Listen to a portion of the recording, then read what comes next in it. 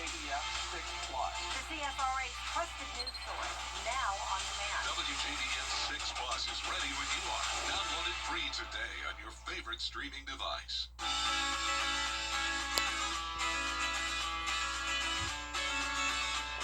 Follow News Channel 6 on Instagram.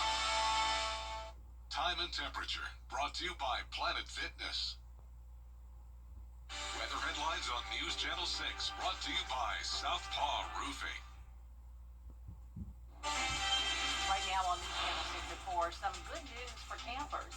Nearly 11 months after Hurricane Helene hit, one local campground is finally reopening. Also ahead, new rules for students in Georgia, including right here in Augusta. Cell phone bans in classes ahead of a statewide mandate. And the Aiken County Animal Shelter is getting ready to have a Clear the Shelter event to give pets a new home. As your news at 4 starts now.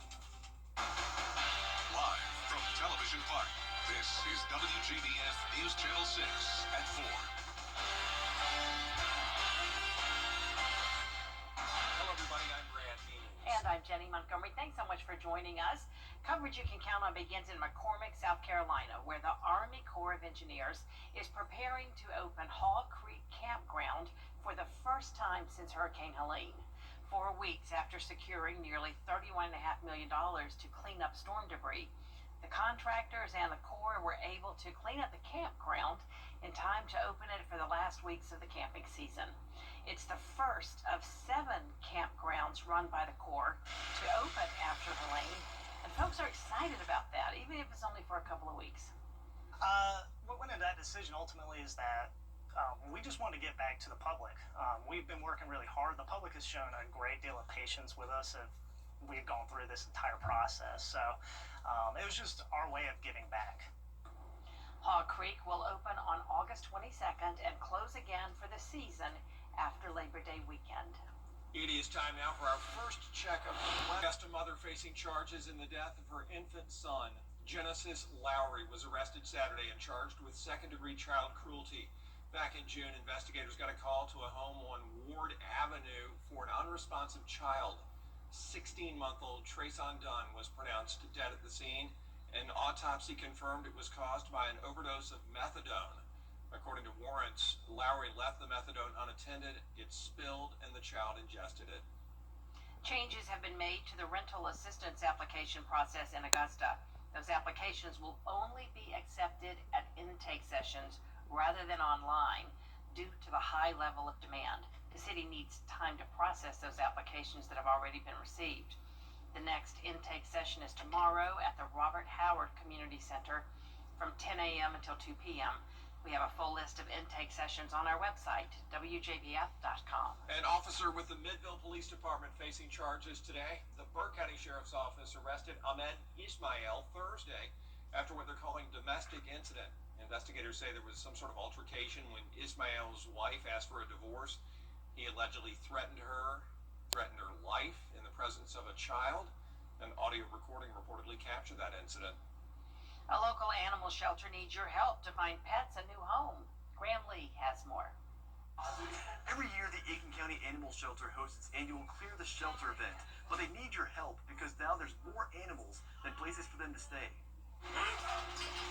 In 2024, the animal shelter took in more than 3,000 dogs and cats from across the county. This year, the numbers continue to climb as the summer months are their highest intake time of the year. With kids back in school now, families may have concerns about the finances involved with adopting a pet, but program leaders say that's what sets the Aiken County Animal Shelter apart. If you get a dog anywhere else, you're looking at high expense of that cost, right, to get the animal fixed. It's hundreds of dollars right now. So anybody who adopts from us, they're already spayed and neutered, they're microchipped, they're vaccinated, they're ready to roll. So it really takes a huge expense off somebody who wants a pet to adopt from the animal shelter. The Clear the Shelter event is Saturday morning from 11 a.m. to 3 p.m. For more information on this event, you can head over to our website, WJBF.com. In Aiken, Graham Lee, WJBF, News Channel 6. Several school districts in Georgia have cell phone bans for students this year. That includes Richmond and Columbia County. The Georgia Association of Educators has heard from some parents who disagree with the ban. But the group believes removing the distraction of the phones is going to help kids stay focused and improve their mental health.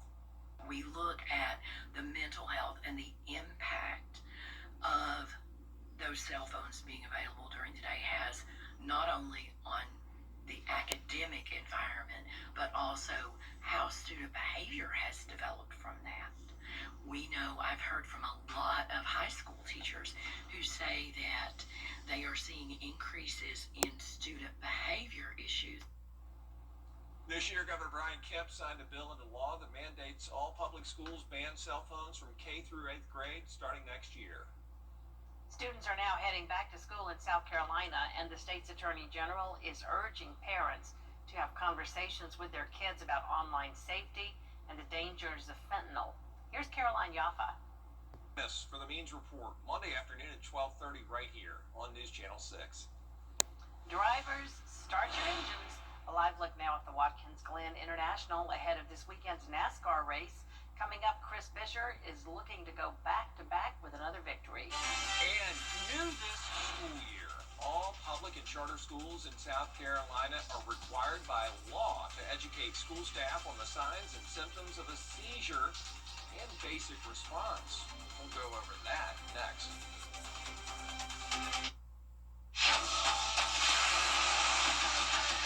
Your most watched local news is getting a big plus. WJBF 6 Plus, built for the way you watch. The CSRA's trusted news source, now on demand. Live Viper 6 weather when it matters most. Stream it anytime, anywhere. Plus, it's totally free. No subscription required. WJBF 6 Plus is ready when you are. Download it free today on your favorite streaming device. B&K Grading and Paving can prepare your business or This is the first year the Seizure Safe Schools Act is in effect in South Carolina. Parents say they're surprised it wasn't required by law already. Jesse Klinger spoke with advocates, parents, and the Charleston County School District about what this means for those with epilepsy. Seizures can be a lot of different ways. They can present in a lot of ways. It can be laughter at an unnormal time. It can be a child at school who is just kind of staring off and people think they're daydreaming. Karen St. Marie founded South Carolina Advocates for Epilepsy after her son Eric was diagnosed with epilepsy at 18. This is my passion now, is to make a difference for epilepsy patients and their caregivers. Helping to get seizure recognition and response training required by law. Whether their child is on the way to the bathroom or at recess, that there's going to be somebody there that knows how to respond and knows what to do.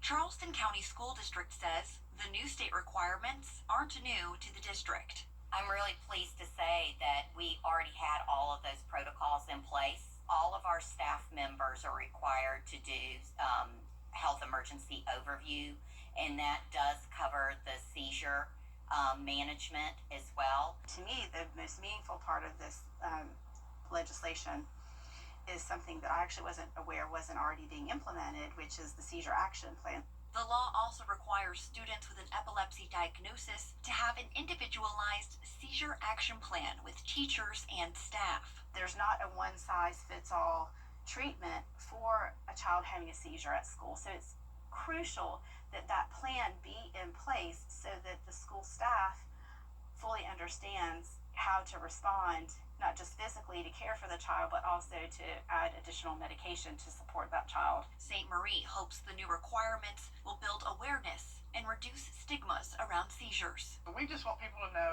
that people with epilepsy don't want to be treated different. They're just the same. It's just something that they have. It's not who they are. Happening today, the roar of NASCAR returning to wine country up in the Finger Lakes of upstate New York as cars and trucks this year take on the historic Watkins Glen International Road Course. Chris Fisher returns, looking to go back-to-back with another victory at the Glen.